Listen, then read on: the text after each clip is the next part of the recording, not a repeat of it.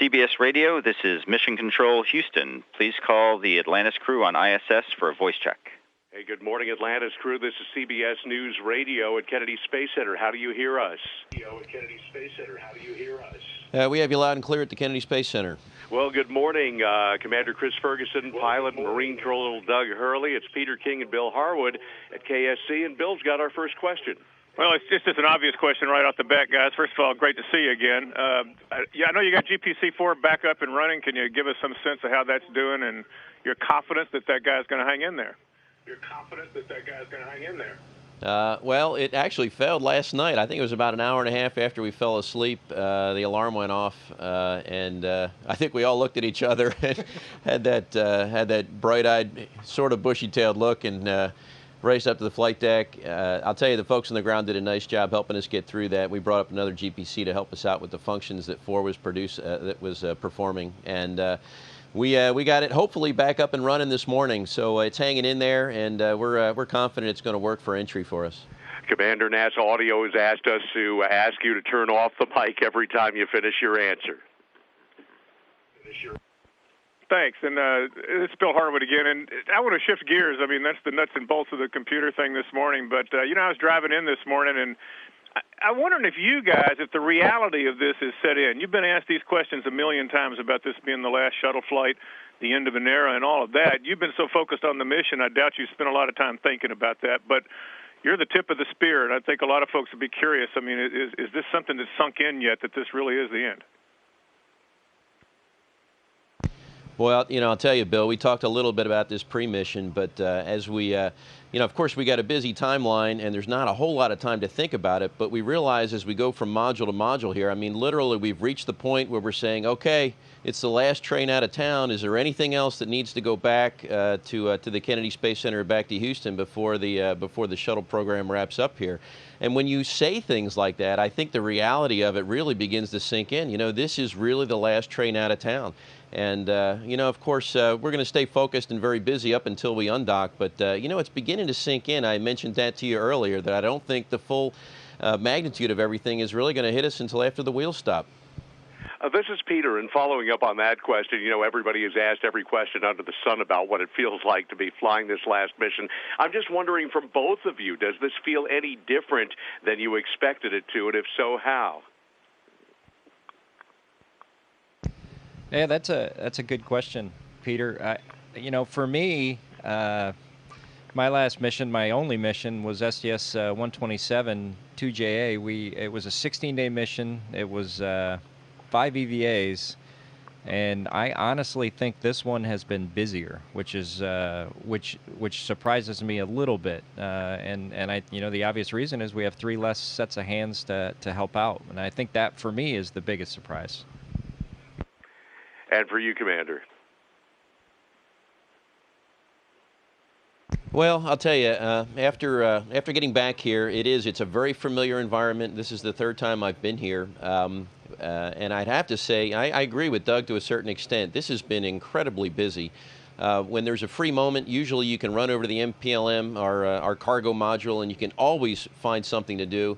And even when there's nothing to do in the MPLM, we can go back to the closet, which is the permanent logistics module that they have here, and you can always help them reorganize here. So there is an awful lot of work left to do here. And the days, it's been hard to believe. It's been almost a week since we launched, and the days are just clicking by. So we got a lot to do in the next few days, but we're looking forward to undocking, and especially that great view of the fly-around.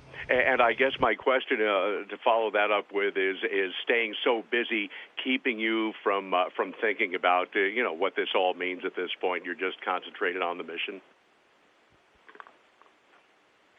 Yeah, that's actually a really good summary. We're kind of in the on-orbit mode right here. Now, in that light, just a few days ago, we were asked to downlink a few videos that I think were embargoed on the ground, which means they'll be for future playback, but they're all to commemorate the shuttle program. Of course, there's a lot of folks that we've worked with throughout the years, both at the Kennedy Space Center and at the Johnson Space Center, who will shortly be losing their jobs, and to thank them for everything they've done. So we have those sobering events peppered throughout our timeline that help us, remind us that this is really, this is just about it. Commander, it's Bill Harwood again. You just brought a point up to me. I just got back from the Johnson Space Center where I've been for several days, and I have to tell you the mood there is, sober is probably putting it optimistically. I mean, it's pretty depressed. I think there's a feeling of abandonment, perhaps. It's not so much the end of shuttle, but the gap before there's going to be anything else. What do you have to say to those guys, all the folks who've trained you, have put these missions together over the years and made it happen right here at the brink, at the very end? You know, Bill, we were talking to a few folks with some of our commercial providers here at the Kennedy Space Center just a couple weeks before launch. And I was actually very encouraged to hear that there's some hardware for the Orion MPCV that's due for delivery at the Kennedy Space Center soon. You know, of course, we have our commercial folks at SpaceX and the other corporations working on plans as well. So I think that sobering attitude that you may sense is really just a prelude. You know, everybody realizes the shuttle program, everything they've worked on for the last 30 years is coming to a close. But, you know, by and large, we have something right behind it. And I think once we can finally get over the fact that the shuttle is gone and its day has come, I believe we'll begin to pick up the pieces and everyone will see that we really do have some vibrant programs out there that we're working on. So I know it's tough, but, you know, it's kind of one of those wake type things. You have to come to terms with the end before you can really put on a new beginning. Commander Ferguson and pilot Doug Hurley, thank you so much for the answers this morning. Safe rest of the flight. We look forward to your safe return here to KSC in just under a week. Thanks so much for spending time with us. Atlantis ISS, this is Houston ACR. That concludes the CBS radio portion of the event. Please stand by for a voice check from KYW-TV.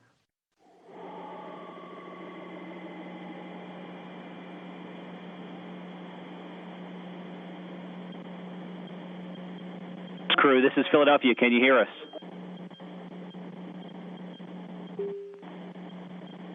Hey, Philadelphia, we have you loud and clear aboard the International Space Station. Well, Mr. Ferguson, nice to see you. It's great to see you, KYW. How's all my folks in Philadelphia doing? Terrific. You'll be speaking with Yuki Washington and Anne-Marie Green.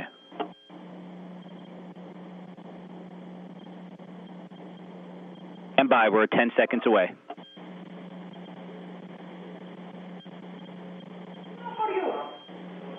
The Space Shuttle Atlantis is the final shuttle mission, and it's in orbit with the International Space Station right now. And as you know, Shuttle Commander Chris Ferguson graduated from Archbishop Ryan High School and Drexel University.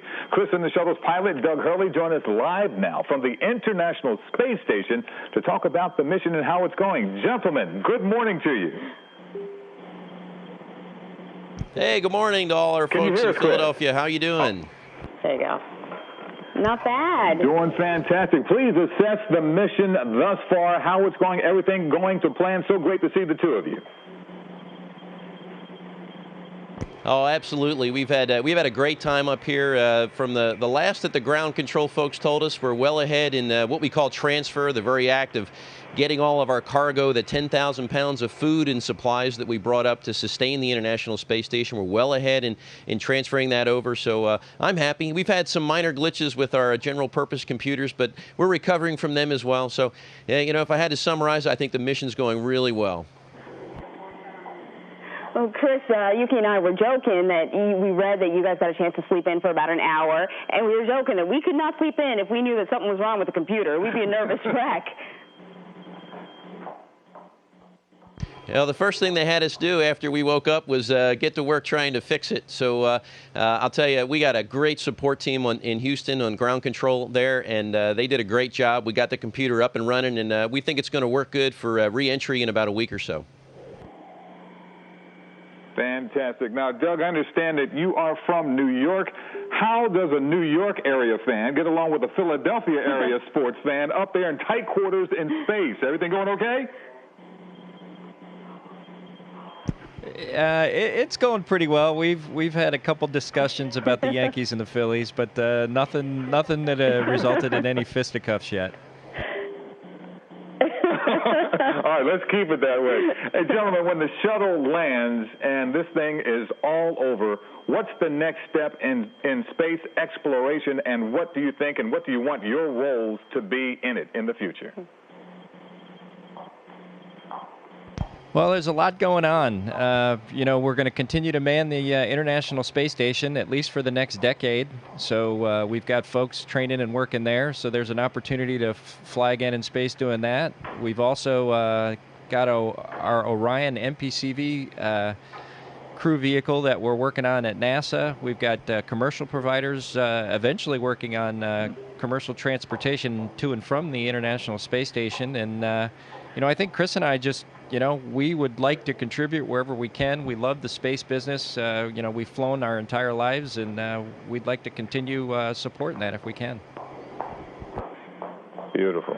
Chris, we just have to sort of double check something. Yuki had some people talking to him on Facebook, and they mentioned that you may have talked at the U2 concert yesterday. Are you a big U2 fan? Actually, I'm a huge U2 fan, and I don't know if we talked at the U2 concert, but we did have, U2's been a huge proponent of the space program, and I know that they've been involved with uplinks and downlinks many times in the past. That's fantastic. And before we go, I know, of course, we've all said that you've graduated Archbishop Ryan High School, Drexel University, and when it comes to those two schools and your family, how did that moment, those moments back then, prepare you for what's going on right now, being a Philly guy? I got a wonderful education there in Philadelphia. That's where I developed a love of science and math. Drexel University, and actually I have a little piece of the Fells Planetarium from the Franklin Institute on board. So all places I loved to spend time when I was a child, and developed, like I said, a love of flying and a love of math and science. So it's a great city for technology, and I miss it a lot. Oh, gentlemen, we thank you so much for your efforts and your contributions to the space program, to you and the team and the rest of everyone up there. Continued success, and keep those Yankees-Phillies conversations to a minimum. We'll see you when you get back down on terra firma. Right. Take care. Godspeed. Take care. Take care. Have a great day. Atlantis ISS, this is Houston ACR. That concludes the KYW TV portion of the event. Please stand by for a voice check from the Associated Press. Atlantis Station, this is the Associated Press. How do you hear me? We have you loud and clear aboard the International Space Station. Well, good morning. Talking to you from the Kennedy Space Center today. My first question for you, Commander, I'm wondering how unsettling was it to be awakened by the alarms last night, and how worried are you about the general state of the computers, considering this is the second such failure? Yeah, it's kind of interesting. You know, of course, the alarm went off about an hour or so after we fell asleep, and I think that's when you're in your deepest state of sleep. So we all woke up and looked at one another, and you know, we're wondering really what was going on. But we were up in the flight deck in no time, and I'll tell you, the ground support team on the ground there, you know, the Orbit 3 shift, who usually works while we're sleeping, they were all over the problem, and they had us put some corrective action, and we were back in bed in probably about a half hour or so. And then this morning, we again, working with our ground control folks in Houston, got that general purpose computer up and running. So we're very optimistic it's going to work for entry. Of course, we had an earlier problem with one of our GPCs as well. So we're doing well here, and I'm confident everything's going to look good when we undock in a couple days. Well, thank you. I know the two crews gathered last night aboard Atlantis for a special dinner. Was that the all-American meal with the chicken and beef brisket? And was there any chat during the dinner about this being the last shuttle flight? I'm just wondering if that sort of put a damper on the festivities.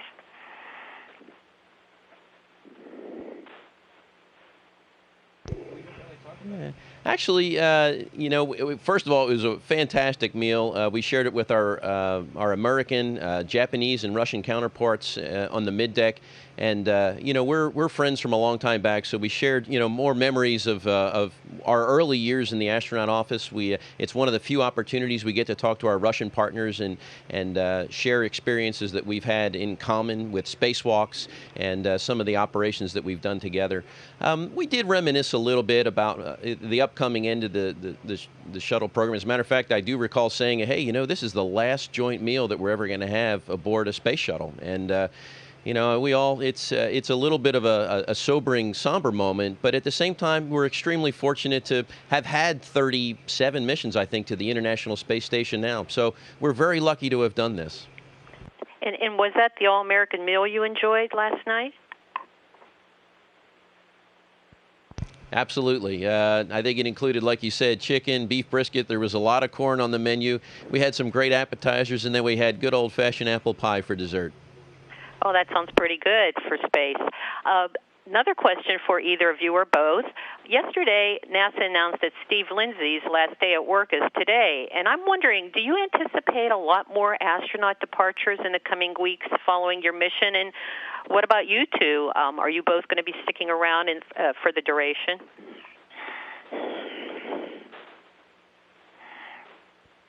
Yeah, it's a good question. I think it's really based on each individual within the office and, you know, what their family's desires are or where they want to live and what they want to do, you know, after they've decided they've done what they wanted to do in the astronaut office. You know, we have a typical attrition of, you know, 6 to 8 people a year, and I think we're pretty much following that.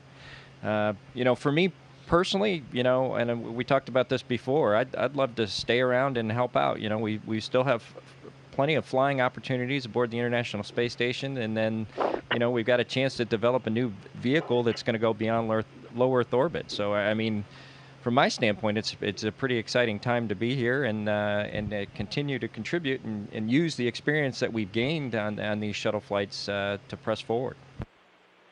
Commander, you haven't changed your plans to stay with NASA, have you? No, I have no plans. The last 9 months have been extraordinarily focused on this mission and this mission alone.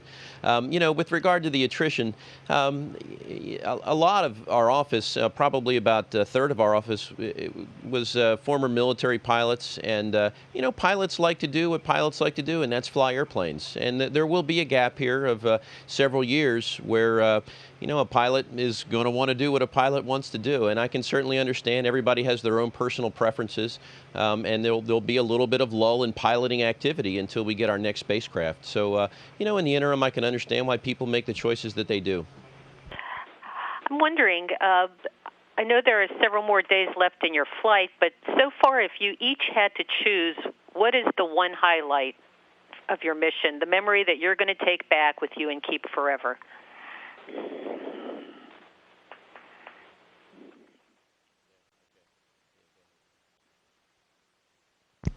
Well, I actually have two. The first would be the EVA we did the other day where Sandy and I were running the space station robotic arm from the cupola, and to have both Mike and Ron fly right out in front of us, you know, within feet, you know, it really seemed like it was out of a science fiction movie. You know, you could see the expression on their faces as they're riding the arm wherever they were going.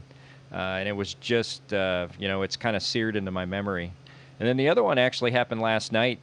We were flying west of Australia, kind of at the bottom of our orbit, and saw an incredible Southern Lights aurora. And, you know, it was the best one I've seen in my 2 space flights. And it was just unbelievable, the view we had out the cupola. I'll share my personal moment, and it was the same one I had on my last flight. You know, as we rendezvous with the space station, you approach it from below, and you pause there to do the rotation maneuver. And it's just that moment as you're poised there beneath this incredibly mammoth space station. And it really is, it's just a feeling of awe, and you're humbled by what humans can create when they work together to do things in space. It's an incredibly memorable moment, and I will never, ever duplicate it or forget it. Well, thank you very much, both of you. Godspeed to you and your crew, and Godspeed to Space Shuttle Atlantis.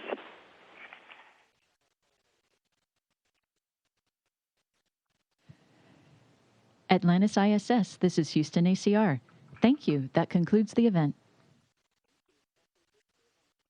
Thank you, CBS Radio, KYW-TV, and the Associated Press. Atlantis crew on the ISS, we are now resuming operational audio communications. Good job, guys.